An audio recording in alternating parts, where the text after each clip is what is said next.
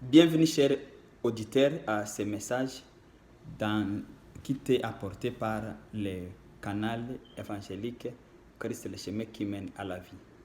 Je te prie de disponibiliser ton cœur afin de suivre ce message du début jusqu'à la fin. J'espère que ce message te sera utile et que ce message quand même va essayer de changer ta vie. Bienvenue, soyons quand même disposés.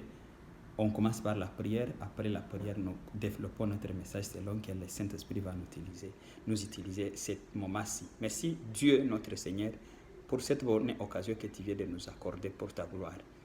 Mais voici apparaître encore devant ton peuple, parler de ta part. C'est poussé par le Saint-Esprit que les hommes ont parlé de ta part. Je suis sûr aussi que je vais parler de ta part pour ta gloire, Seigneur. Que tout le monde qui aura écouté ce message est puissant de transformer, de changer sa vie, que ce message soit capable de modifier ce qui n'était pas glorifié dans notre vie. Au nom très puissant de Jésus-Christ, nous sommes sûrs que nous convergeons vers la vie éternelle et que ce message sera pour nous un billet, sera pour nous un passeport qui va nous guider vers la vie et encore vers la vie en abondance d'éternité. Au nom très puissant de Jésus-Christ. Amen. Ce message t'est apporté par Christ Way to Eternal Resting Life. Christ, le chemin qui mène à la vie de repos éternel. Nous venons avec un message qui va te venir ou qui va t'être présenté pendant un temps. Et j'espère que ce message va t'édifier selon que le Saint-Esprit va t'utiliser, selon que le Saint-Esprit va te permettre de l'écouter aussi selon ta volonté réellement. Le message que nous allons amener ou que nous amenons devant toi maintenant concerne ce que nous on appelle l'assainissement. On va l'intituler Seigneur assainis ma vie. Seigneur Jésus, assainis ma vie. On va lire la Bible, la parole de Dieu, la parole très puissante de Jésus-Christ, notre Seigneur et Jésus-Christ. Le message s'intitule Seigneur Jésus, assainis ma vie. Nous allons lire 2 Rois chapitre 2. 2 Rois chapitre 2, on lit 8, on saute, on lit 14. Et notre message va se retrouver dans 2 Rois chapitre 2, verset 19. On va lire jusqu'à 22. Lisons au nom puissant de Jésus-Christ. Je lis le 8e verset. Alors Élie prit son manteau, les roula et en frappa les eaux qui se partagèrent ça et là. Et ils passèrent tous deux à sec. 14. Il prit le manteau qu'Élie avait laissé tomber et il en frappa les eaux et dit: Où est l'Éternel, le Dieu d'Élysée? Lui aussi, il frappa les eaux qui se partagèrent ça et là. Élisée passa. Amen. Notre thème va se trouver dans le verset 19. J'ai lu verset 19 jusqu'à 22. Les gens de la ville dirent à Élisée: Voici le séjour de la ville est bon, comme le voit mon Seigneur. Mais les eaux sont mauvaises et le pays est stérile. 20. Il dit: Apportez-moi un plat neuf et mettez-y du sel. Et ils le lui apportèrent. Il alla vers la source des eaux et il y jeta du sel et dit: Ainsi parle l'Éternel, j'assainis ces eaux. Il n'en reviendra plus ni mort ni stérilité. 22. Et les eaux furent assainies jusqu'à ce jour, selon la parole qu'Élisée avait prononcée. Amen. Amen. Dans le 8e, aussi le 14e verset, nous trouvons un message qui parle sur le partage des eaux. Les eaux s'étaient partagées en deux. Nous trouvons un jour où Dieu a élevé a assompté son serviteur Élie. Mais ce jour-là, il a fallu que son disciple Élisée vienne derrière lui. Il a tout fait pour se débarrasser d'Élisée, mais Élisée ne l'avait pas lâché.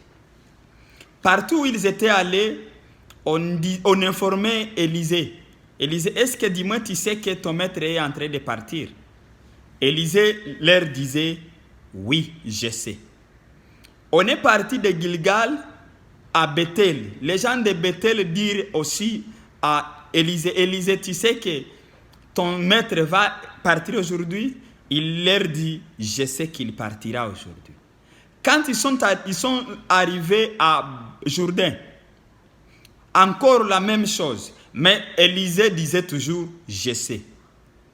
Amen. Quand ils ont traversé les Jourdain, Élisée était vigilant, Élisée avait tout vu. Élisée avait suivi les mouvements de son maître Élie. Quand Élie avait partagé les eaux en deux, en utilisant les manteaux, Élisée était présent. Amen.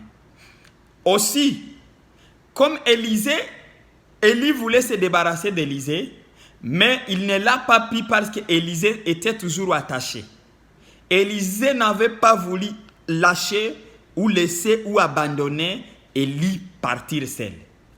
Alors, qu'est-ce qu'il lui a dit? Il lui a dit de lui laisser une double portion ou la double portion de son esprit.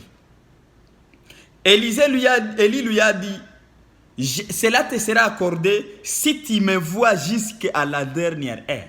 Si tu participes à l'heure de mon assomption, à l'heure de mon enlèvement, Élisée, je te garantis, cela te sera donné. Amen. Tu as demandé une grande chose, tu as demandé une chose difficile, mais pour que tu l'aies, pour que cela te soit accordé, il te faut que tu vois, que tu persévères jusqu'à la fin. Amen.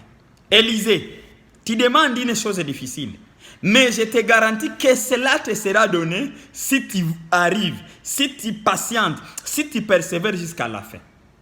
Amen. Et ainsi, Élisée n'a pas lâché, Élisée n'a pas abandonné Élie.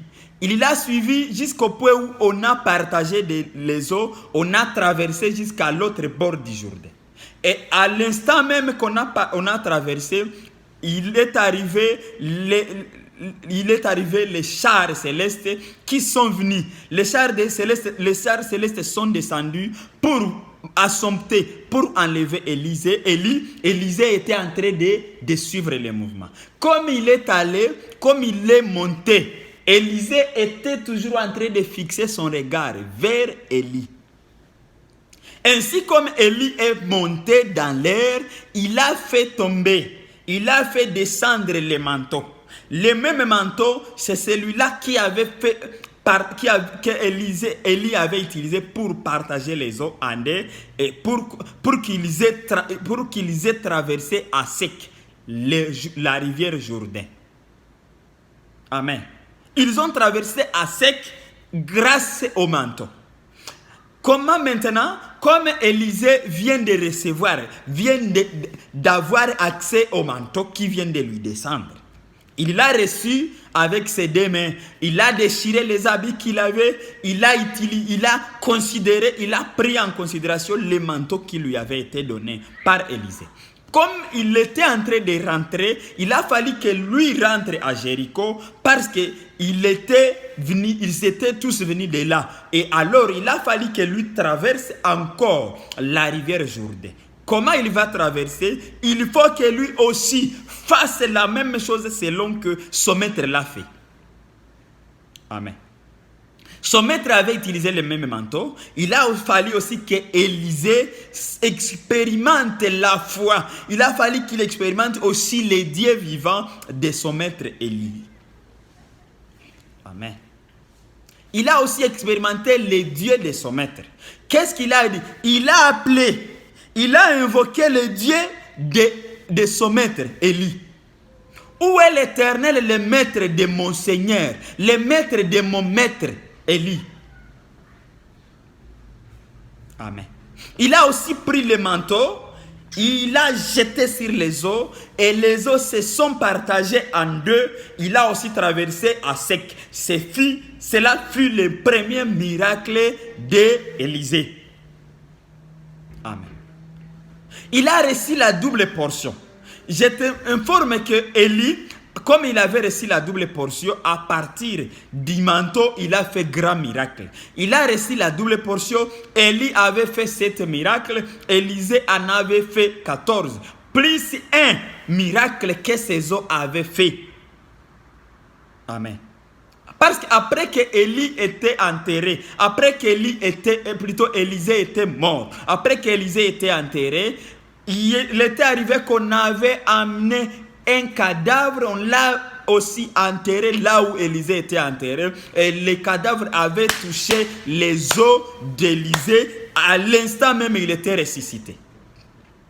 Que Dieu soit loué. Voilà, cela n'est pas encore mon message, mais je vais aussi quand même m'inspirer d'Élisée. Comment était Élisée? Quelles étaient les qualités qui nous inspirent beaucoup d'Élisée? Élisée était patient, Élisée était persévérant. Il avait patienté, il avait persévéré jusqu'au moment même de la fin, au moment où il avait vu son maître enlevé. Il était patient. Il n'avait pas cédé au découragement. Non, il n'avait pas cédé aux influences. Il n'avait pas cédé aux appels de qui que ce soit ou de qui que ce fût. Non, lui faisait, quand on l'appelait, est-ce qu'il n'allait même pas. Les gens lui disaient, est-ce que tu sais que ton maître va partir aujourd'hui? Il leur disait, je sais. Gloire à Dieu. Et comme il le suivait toujours, il était patient. Le deuxième caractère ou la deuxième qualité d'Élisée. Élisée était préparé depuis. Il était préparé d'avance que Élie va partir. Élisée était préparé que son maître partirait. Parce que si tu vois de Gilgal au Jourdain, il se peut qu'il savait tout le parcours de son maître. Amen. Il savait où partirait Élie et quand partirait-il. Mais il suffirait que lui arrive jusqu'à la fin, la double portion lui serait donnée. Amen. Alléluia. Inspire-toi aussi de ces qualités. Des 3 qualités d'Élisée. Élisée était patient. Élisée était préparé. Les gens d'aujourd'hui n'aiment pas la préparation. Non, tout le monde devait se précipiter à ce qu'il veut, mais tu ne veux toujours pas qu'on te prépare à quoi que ce soit. Sois d'abord préparé. Pour devenir celui que tu aspires ou que tu veux être, accepte d'abord d'être préparé avant que tu deviennes ce que toi tu veux que tu deviennes. Amen. Là, je sais que tu m'écoutes. Quelqu'un m'écoute. Quelqu'un me comprend bien. Pour que tu deviennes ce que tu veux, accepte d'abord qu'on te prépare pour ça et à ça. Amen. Nous, on ne veut pas de prématurés. Non. Nous, on ne veut pas de morts-nés. Non. Nous, on veut des hommes préparés pour Christ. Des hommes avisés. Des hommes avertis. Amen.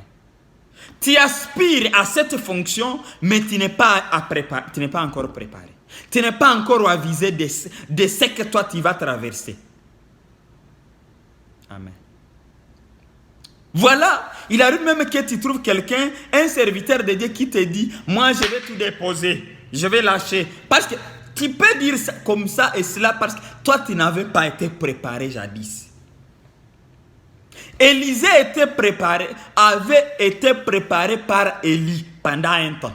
Il a d'abord été appelé fils du prophète avant que lui-même devienne ou devint prophète. Il a d'abord été appelé petit ou fils du prophète avant qu'il devint prophète. Alléluia. Moi, je te souhaite aussi d'accepter d'être préparé par Dieu. La troisième qualité d'Élisée, Élisée était un homme brave. Quelle était la bravoure d'Élisée? Élisée a dit, après avoir persévéré, après avoir accepté la préparation d'un si longtemps, il a été brave. Dans sa bravoure, il a dit, mon maître Élie, moi je ne demande pas beaucoup de choses. Moi je te demande seulement la double portion de ton esprit. Amen. Voilà aussi qu'une occasion t'est octroyée, une occasion t'est donnée. Voilà l'occasion opportune pour toi qu'il faut profiter, qu'il faut récupérer. Mais toi tu ne l'as pas récupéré, tu l'avais raté. Amen. L'occasion fut donnée à la fille d'Hérodia. Cette fille, Hérode lui demande de demander ce qu'elle veut. Mais sa maman l'avait conseillé. Maman, qu'est-ce qu'il faut que je demande? Sa maman lui avait dit, demande seulement la tête de Jean-Baptiste.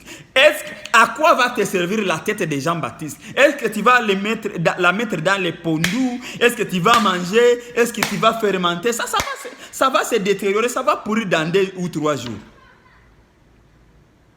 Par après, tu vas aller jeter ou enterrer.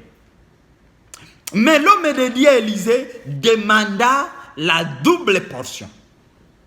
La fois passée, j'ai parlé sur la grâce, la double grâce. Cet homme ici avait demandé la double portion de l'esprit de son maître. Alléluia. Il était brave. Lui n'avait pas aspiré à des choses faibles. Non, les gens d'aujourd'hui ont toujours aspiré à la faiblesse, ont toujours confessé la faiblesse. Oh, moi, je suis comme ça. Dans notre famille, nous avons ça comme problème. Nous mourons tous de cette même maladie. Dans notre famille, nous sommes toujours comme ça. Voilà, moi, je ne veux pas aussi échapper à cela. C'est ça votre faiblesse, parce que vous avez toujours confessé la même faiblesse. Tu as toujours vécu la faiblesse parce que tu as toujours confessé la faiblesse. Amen. Alléluia. Je prends ça comme parenthèse de ce moment-ci. Mais je vais insister sur le message qui se trouvait dans le 19e jusqu'au 20e verset. Christ, Seigneur, mon Dieu, assainit ma vie. Le deuxième miracle, on parle sur le deuxième miracle de l'homme de Dieu Élisée. Qu'est-ce qu'Élisée avait fait? Dans ce deuxième miracle, quand il est arrivé à Jéricho, les gens de Jéricho sont allés en grand nombre vers lui. Ils ont couru vers Élisée. Ils ont dit, oh, normalement, cet homme-ci est conduit et dirigé par l'esprit d'Élie. On va coûte que coûte te découvrir, coûte que coûte, on saura, tu es conduit par quel esprit. On va coûte que coûte savoir quel esprit te dirige. Tu peux te cacher pendant si longtemps, mais un jour, on saura de quel bois tu te chauffes. On va savoir de quel bois tu te chauffes. Quel esprit te dirige? Quel esprit te conduit? Si tu es conduit par l'esprit de Dieu, on va le connaître, on va le savoir tôt ou tard. Si tu es conduit par les mauvais esprits, on va le savoir coûte que coûte. Amen. On saura ça tôt ou tard. Tu peux le cacher aujourd'hui, mais demain, on va le découvrir. Amen.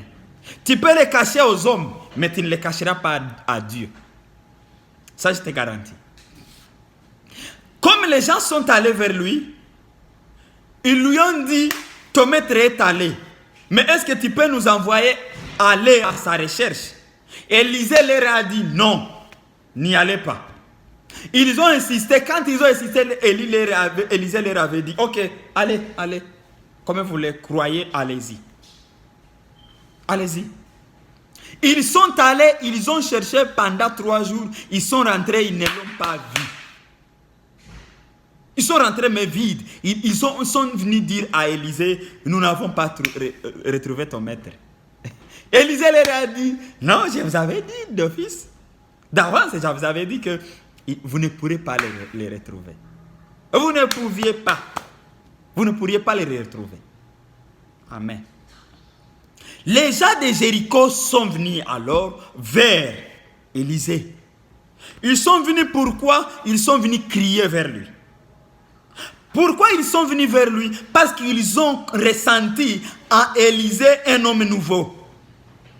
Ils ont trouvé dans Élisée un homme fort et capable de les aider parce qu'il avait reçu une double portion de l'esprit d'Élisée. Non seulement l'esprit d'Élisée, mais aussi la puissance de Dieu. Alléluia. Alléluia. Homme de Dieu, n'oublie pas que toi aussi tu es un secours pour ceux qui t'entourent. Tu es une aide pour plusieurs. Mais actuellement, nous trouvons que bien des gens ne sont plus un secours, ne sont plus une aide plutôt pour les autres. Pourquoi? Parce que bien des serviteurs sont. Amen. Je ne complète pas. Toi-même, tu te connais. Mais je t'encourage, je te souhaite d'être un secours, une aide pour les autres. Surtout quand tu es appelé homme de Dieu. Qu'est-ce qu'ils sont venus dire à Élisée? Ils sont venus dire à Élisée, Élisée, voici Jéricho, c'est vraiment une bonne cité, c'est vraiment une bonne ville, où le séjour est bon, comme tu les vois apparemment. Amen. Élisée, le séjour est beau dans Jéricho, comme tu le vois apparemment. Amen. Mais, c'est beau comme tu le vois, mais difficile à vivre. Difficile à y vivre. Le séjour ici est bon comme tu le vois, mais difficile à y vivre. Amen. La bonté physique de Jéricho ne lui a pas assuré le bon séjour au vrai sens du mot. C'était beau à voir. Jéricho était beau. En tout cas, c'était paisible. Quand il arrivait à Jéricho, le séjour était beau. C'était beau à voir. Ah, tu disais vraiment, voilà la cité. Voilà la ville où il faut vivre. Mais, les eaux sont amères. Quand on boit de cette eau, quand on boit ou quand on buvait de l'eau de Jéricho, on n'avalait pas en riant. C'était toujours l'amertume. C'était toujours amer. Les gens ont souffert pendant longtemps de la stérilité de la terre. Quand une femme enceinte buvait de cette eau, elle avortait automatiquement. Parce que l'eau était beaucoup amère. L'eau était beaucoup trop amère en buvant. Mais c'était beau à voir. Élisée, je peux lire le 19e verset. Nous lisons le 19e verset au nom de Jésus. Les gens de la ville dirent à Élisée, voici le séjour de la ville est bon, comme le voit mon Seigneur. Comme le voit Élisée, c'est beau. Mais en réalité, les eaux sont mauvaises et le pays est stérile. Amen. De quoi s'expliquait cette stérilité? La stérilité des eaux s'expliquait par l'amertume des eaux. Parce que même les plantes ont besoin d'une bonne eau. Même les plantes ont besoin d'une bonne eau. Guys. Même ta vie a besoin d'une bonne eau. Alléluia. Tu as beaucoup bu les eaux amères. Tu as beaucoup bu l'alcool, la bière. Mais cette bière ne t'a aidé en rien. la bière ne t'a aidé à rien. C'est le bon moment où il faut courir vers Élisée et lui dire, en tout cas, j'ai joui la vie, mais pas au vrai sens de jouissance. Amen. Tu t'es beaucoup prostitué, mais pas au vrai sens du bonheur. Alléluia. Ça fait longtemps que tu as été malhonnête, mais tu n'as pas été heureux. Amen. Les gens vinrent vers Élisée. Mais Élisée, le séjour est bon ici, comme tu les vois. Mais les eaux sont mauvaises. Alors, mais abîme toute la phrase. Vous dites que le séjour est beau, mais apparaît là pour détruire la suite. Alléluia. Pourquoi le séjour est difficile dans Jéricho? Dans le vrai sens du mot. C'est difficile pourquoi? Parce qu'il n'y a pas d'eau. Alléluia. La terre est stérile, pourquoi? Le pays est stérile, pourquoi? Parce que l'eau est amère. On ne doit pas arroser en utilisant l'eau amère.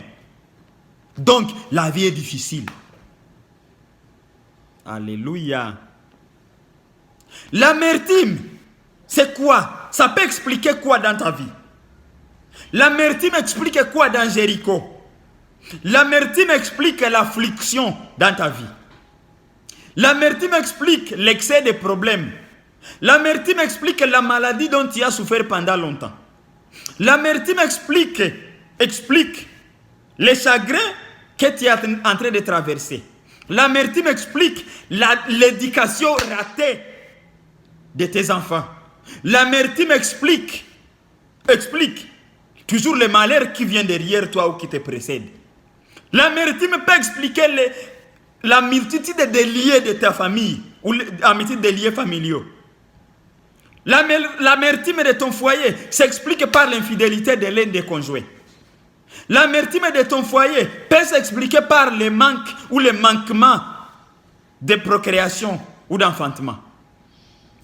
L'amertume peut s'expliquer par beaucoup de choses, beaucoup de problèmes qui font que ta vie soit chagrinée, que ta vie soit dans l'affliction. Alléluia. Tu es, en tout cas, je peux te dire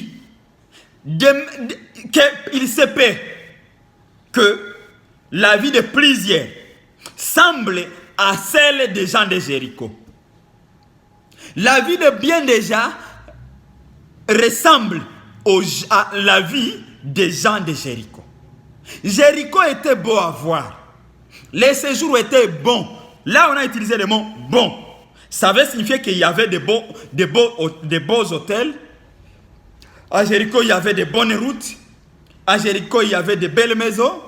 À Jéricho, il y avait un bel air. À Jéricho, la vie était vraiment à l'aise. À Jéricho, on se promenait, il y avait la sécurité. Là, il n'y avait pas de... Peut-être, tu t'endors, on vient te frapper, on vient frapper à ta porte, on vient te toquer, ouvre, on vient piller. Non, à Jéricho, tout était bon. Sauf... Tout était bon, sauf... Pour ta vie de même, ta vie, en tout cas, tout va bien. Sauf... Amen. Amen. Amen. Amen. Dans ta vie, tout va bien. À Jéricho, tout va bien. Mais, une chose va mal. L'amertume des eaux. Amen. Toi aussi, tu es issu d'une famille noble. Mais, toujours lié. Toi, tu es riche, mais tu es malheureux. Au vrai sens du mot. Tu parais joli, tu es joli, mais tu es prostitué. Tu es gentil ou gentille, mais tu es toujours rejeté et négligé par tout le monde. Pourquoi? Tu es beau, tu es belle, mais tu ne te maries pas. Quand tout le monde te voit, inutile. Tu as une valeur, mais tu es inutile. Alléluia. Pourtant, la valeur d'une chose s'explique par son utilité. Amen. Une aiguille peut être utile plus qu'une voiture selon les besoins. Tu es gentil, mais toi tu es négligé par tout le monde. Tu as un joli couple, un beau mariage, mais sans enfant.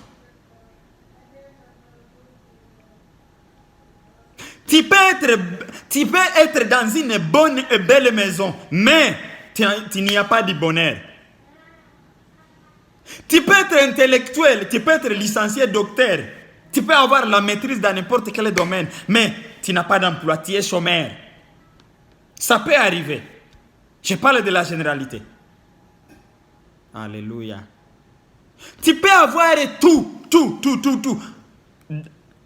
peut t'entourer à tes alentours.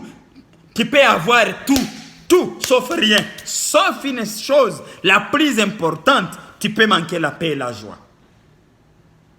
Ne t'étonne pas. Ne t'étonne pas. Il y a d'ailleurs beaucoup de stress chez les patrons que chez les pauvres.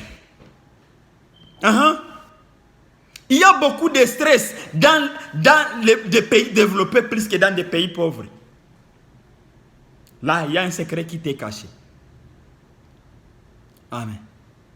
Alors, qu'est-ce qu'il faut faire? Tu as un bon couple, mais tu n'as pas de bonheur des jours de ton couple. Tu es joli, mais tu ne te maries pas. Tu es géant, mais en toi, il y a quelque chose qui te gêne. Amen. Tu peux être costaud, géant, mais impuissant ou impuissante. Ça paye. Alléluia. Voilà la structure, l'image réelle de la vie de Jéricho. Tu peux croire être beau et beau. Tu peux croire vivre vraiment une aisance de vie. Tu peux croire avoir tout. Tu peux croire avoir beaucoup étudié. Mais tu as encore un problème dans ta vie. Tu peux vivre dans Jéricho, mais tu n'as pas de bonheur dans Jéricho. Un remède, je t'amène un remède ce moment-ci. Le remède que je t'amène, va à la source. Qu'est-ce qu'Élisée avait fait? Élisée, quand on est venu vers lui, il dit au peuple, il dit, apportez-moi un plat neuf. Amener le plat neuf, c'est amener son cœur, c'est disposer son esprit. Amenez-moi un plat neuf, dispose ton esprit, mon auditeur. Toi qui m'écoutes, toi qui m'observes, qui me vois maintenant, je te prie d'amener un plat neuf, dispose ton esprit. Alléluia. L'offrande à laquelle l'Éternel prend plaisir, c'est d'avoir un esprit disposé. Dispose ton esprit. Amène un plat neuf. 2. Qu'est-ce qu'il avait dit? Mettez-y du sel. Alléluia. On a mis du sel sur le plat neuf. Qu'est-ce qu'il faut et qu'est-ce que ça signifie?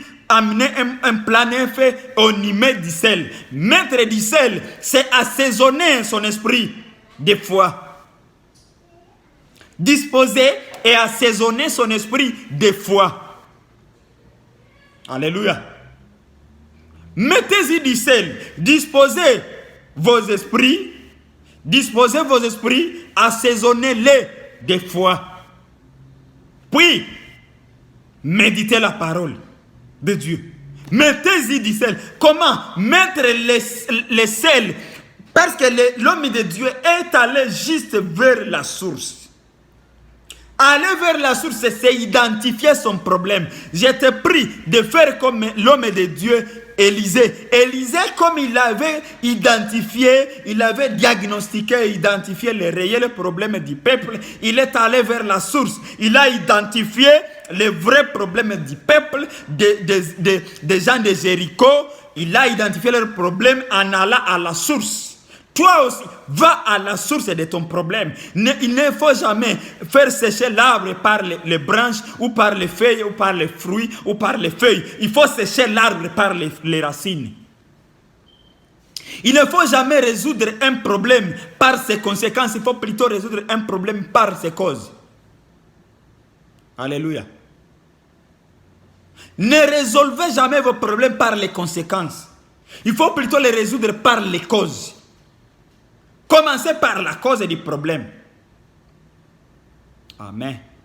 Quand il y a érosion, vous pouvez normalement planter des arbres, mais il faut d'abord détourner les eaux qui font éroder. Amen. La montée. Il faut dévier les eaux qui érodent. Alléluia. L'homme de Dieu est allé à la source. Comme il est allé à la source, il a immédiatement identifié le vrai problème déjà. Comme il l'a identifié, il a demandé au peuple, amenez-moi un plan neuf. Amenez vos esprits, disposez vos esprits. Il leur a dit encore, mettez-y du sel. Assaisonnez vos esprits par la parole de Dieu. Assaisonnez vos esprits par la foi. Priez encore fort. Bien-aimé qui m'écoute, prie encore fort. Toi qui me suis maintenant, prie encore fort. Ton problème sera résolu. Alléluia. Fais appel au Saint-Esprit. Appelle le Saint-Esprit de te venir en aide. Il va assaisonner ton cœur. Amen. Alléluia. Alléluia. Crée aussi en toi la joie. Tu peux trouver ton problème plus grand que le problème de tout le monde. Là, maintenant, tu fais croître ton problème. Il faut plutôt négliger le problème que tu as. Ne dis jamais que mon problème surpasse celui de tous. Non. Là, tu aggraves ton problème. Mettre tes 5 doigts sur ta joue, c'est soutenir d'ailleurs ton problème. Amen. Te lamenter ici et là chez les voisins, c'est là donner poids à ton problème. Amen. Inspire-toi des hauts faits de Dieu. Ce que Dieu a fait hier, il peut encore le faire aujourd'hui pour toi. Et il le fera toujours demain pour sa gloire, pour ta faveur demain. Amen. Divertis-toi. D'autres gens n'ont pas de temps de divertissement. Toujours le stress. Tu es en train de te stresser toi-même. Divertis ton esprit. Amen. Sois patient quand même. Sois patient. Sois patient. Ce que tu n'as pas pu hier, tu le pourras aujourd'hui. Ce que tu n'as pas pu aujourd'hui, tu le pourras demain. Ce que toi tu n'as pas fait hier, tu peux le faire aujourd'hui. Ou si tu ne l'as pas fait aujourd'hui, sois patient, tu vas le faire demain. Dieu est grand. Amen. Just keep hope. Garde foi. Garde espoir. Ne perds jamais ton espoir. Non. Ne sois pas déçu à toujours. Ton problème n'est pas éternel. Non. Dieu est là pour toi. Il est au service de son peuple. Alléluia. Comme l'homme de Dieu est allé à la source, il a identifié le problème, il y a mis du sel, il jeta le sel à la source, et il déclara. Déclare aussi sur ta vie ces moments. Déclare sur ta vie au nom de Jésus. C'est toi le premier prophète, c'est toi la première prophétesse de ta vie. Amen. On peut te maudire, mais toi tu peux déclarer la bénédiction. On peut te déclarer l'échec, mais toi tu peux déclarer la réussite. Amen. Déclare la réussite, déclare le succès, déclare la prospérité, déclare la paix, déclare la joie, déclare au nom de Jésus, déclare la procréation. Qui t'a dit que tu ne peux pas? Qui t'a dit que tu ne peux plus? Tu peux encore au nom de Jésus. Tu peux encore au nom de Jésus. Keep hope. Demande que l'Éternel assainisse ta vie. Seulement. Jésus assainit ma vie. À Jéricho, c'était comme incapable. Mais le jour J est venu. Ton jour vient. ton jour vient où ton problème sera résolu. Dans le nom de Jésus. Un jour vient, ce ne sera pas un jour. Pour que toi tu sois guéri, un jour suffit. Pour que toi tu conçoives, un jour suffit. Pour que toi tu réussisses, un jour suffit. Pour que toi, ta malédiction soit mise loin de toi, un jour suffit. Pour que ton histoire change, un jour suffit. Amen. Pour que tes ennemis changent de langage, un seul jour suffit. Pour que Dieu fasse ta vie nouvelle, un jour suffit. Les jours de Jéricho arrivant, comme les jours étaient arrivés, les hommes de Dieu sont allés, le peuple est allé vers l'homme de Dieu. Nous souffrons ici. Est-ce que dis-moi, tu consens ta souffrance? Il est impossible de libérer un prisonnier qui veut encore ou qui veut toujours rester dans la prison. Il est impossible. Il est impossible. Il est impossible de plaider pour qui il ne faut pas plaider ou pour celui qui ne veut pas être plaidé. Toi, tu peux avoir souci de lui, mais lui-même ne consent pas son problème. Les gens de Jéricho ont ressenti leurs problèmes. Ils sont allés vers l'homme de Dieu. Nous, il faut courir vers qui? Nous courons maintenant vers Jésus. Jésus, voilà, j'ai un beau mariage. J'ai une belle maison.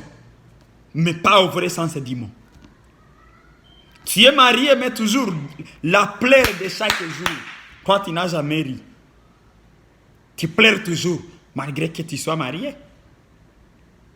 Amen. Malgré que tu sois marié. Mais il faut savoir que la vie conjugale, Dieu nous a appelés au bonheur dans les mariages. Dieu nous a appelés au bonheur. Ce que toi tu es en train de vivre, ce n'est pas l'original, mais c'est la copie. Parce que si tu te souviens des deux femmes qui sont allées pleurer et demander justice vers l'homme de Dieu Salomon, toutes deux s'étaient endormies. L'un s'est endormi contre son enfant. Son enfant est mort et il a changé. Le diable a changé aussi la bénédiction de plusieurs. La volonté de Dieu n'est pas que l'eau de Jéricho soit toujours Mara. Amen. On va encore un jour parler sur Mara. Naomi a refusé son nom de Naomi, bienheureuse. Elle a changé. Elle a voulu qu'on l'appelle Mara parce qu'elle a vécu l'amertume. Mais tu as un bon nom, mais toujours Mara. Tu peux être appelé Naomi, heureuse, heureux, mais tu n'es pas en train de jouir de ce bonheur. Ce n'est pas ça la volonté de Dieu pour toi. Que Dieu te bénisse. Quant à toi de te révolter, de consentir ton problème, de ressentir ton problème et dire non, c'est assez Dieu. L'homme de Dieu, Élie, dans le désert a dit, c'est assez, c'est assez. Révolte-toi aussi ces moments, révolte-toi ce matin, révolte-toi ce soir, révolte-toi cet après-midi et déclare, c'est assez, c'est assez, c'est assez l'eau amère, c'est assez la maladie, c'est assez la souffrance, c'est assez que j'ai souffert, c'est assez que j'ai pleuré, c'est assez que le diable a voulu changer mon nom de Naomi Amara, c'est assez, il faut que nous ayons une eau douce. Voilà, à l'instant même que l'homme de Dieu a déclaré, il n'y aura plus de stérilité, il n'y aura plus d'avortement, il n'y aura plus d'eau amère. L'eau immédiatement dans tous les pays a changé. Voilà, je déclare aussi sur ta vie au nom de Jésus. Je déclare la paix, je déclare la joie, je déclare la prospérité, je déclare le succès, la réussite dans le nom très puissant de Jésus. Que cela te soit fait dans le nom puissant de Jésus. Amen.